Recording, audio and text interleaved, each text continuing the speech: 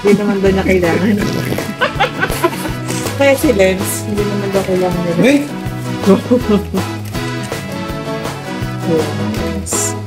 Yes. Hindi na paano. Hindi na mamas. Ano bang gusto namin tumalon sa pwede doon? Tatalo na kami. Sila sila, mas nga ayaw umalis dito. Oo, nangyalang ko. Pag ayaw na yun, tinatawagan ako. Silang nag-send ng picture. Kasi tinawag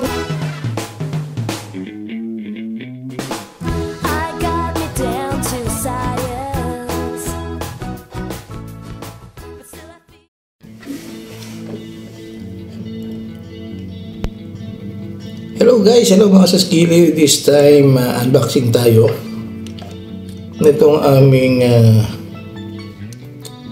bagong cellphone, ang Oppo Reno 11 Pro 5G. So tingnan natin ang itsura niya. So kararating lang, freshly delivered by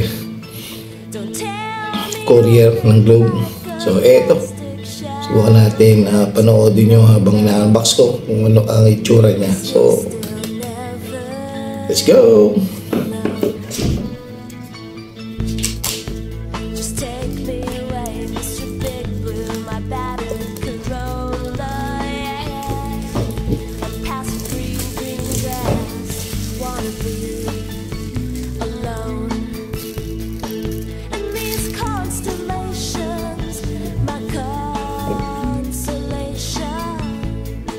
Ito na, excited! So ano kaya ang kulay niya? Pero nakalagay ito ngayon dito is pearl white.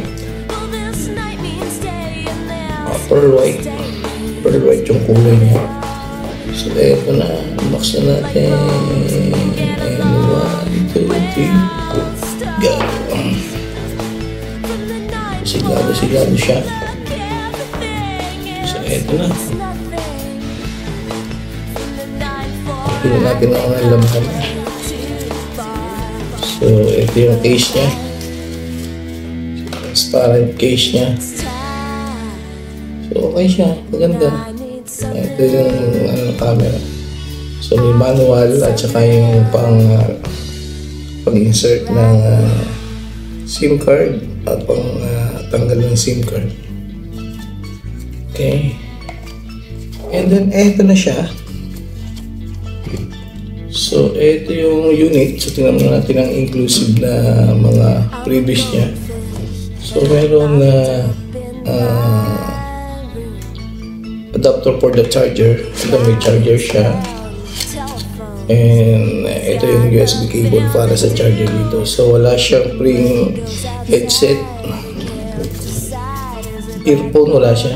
So, ito lang ang gel. Yung yung soft case niya na transparent, tsaka yung USB cable for charger, and the charger itself.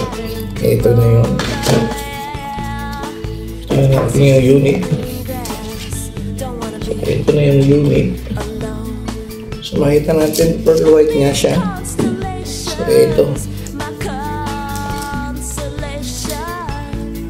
tingnan natin. Silip siya. Oh, wow!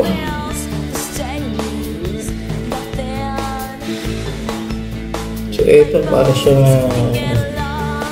ito yung mga lens niya for the camera. And okay na rin yung side niya. Naka-curve na rin. Ito, curve siya. Hindi na siya. So, ito yung power, volume. Ito kung saan ilalagay ang SIM card. So, tingnan natin mamaya kung saan i-insert yung SIM card. Ito dito yung SIM card. Yan dito SIM card, USB, tapos yung speaker. So, try natin buksan. Compress ang power kasi may laman na power. So, kailangan natin magamit yung kanyang battery bago natin full charge. So ito na, nag-open na siya guys. Ganda siya, maganda. Hindi ko parang marble siya, parang marble design, something maganda yung ano niya. Yan, color OS. Yan, hindi ko ilagay na natin sa soft case. Okay siya. So, try natin ilagay siya sa soft case.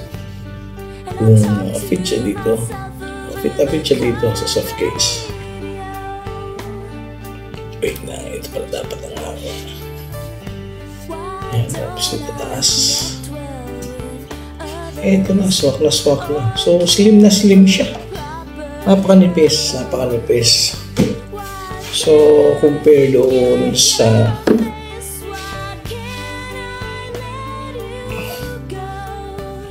aking isang cellphone.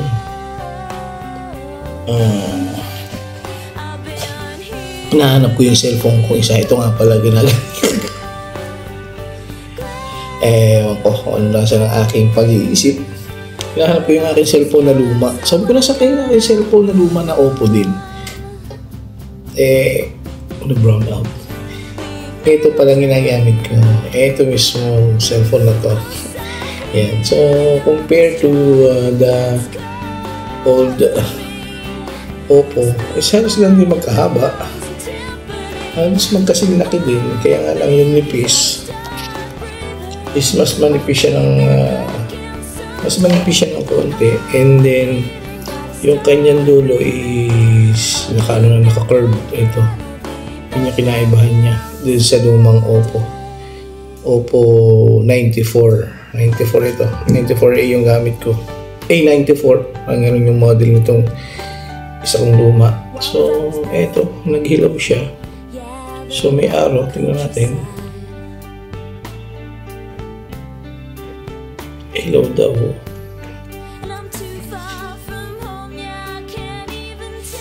Eto na.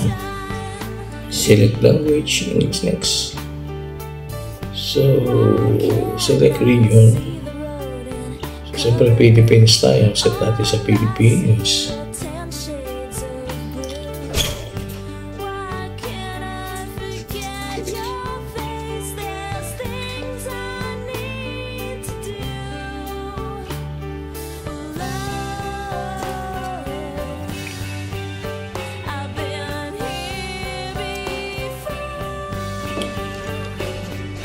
So, ito lang yung medyo nakita ko dating araw ng kakaproblema is yung kanyang lens. So, open siya. Nakita nyo. Hindi katulad ng iba na ukit siya sa loob, nakalubog para iwas doon sa scratch. Ito, may possibility ma-scratch. Kasusuotan natin ang kasusuot sa bulsa ng ating mga pantalon, damit o bag. May possible na may stretch yung lens. So pag ikukuhain natin ng video o ng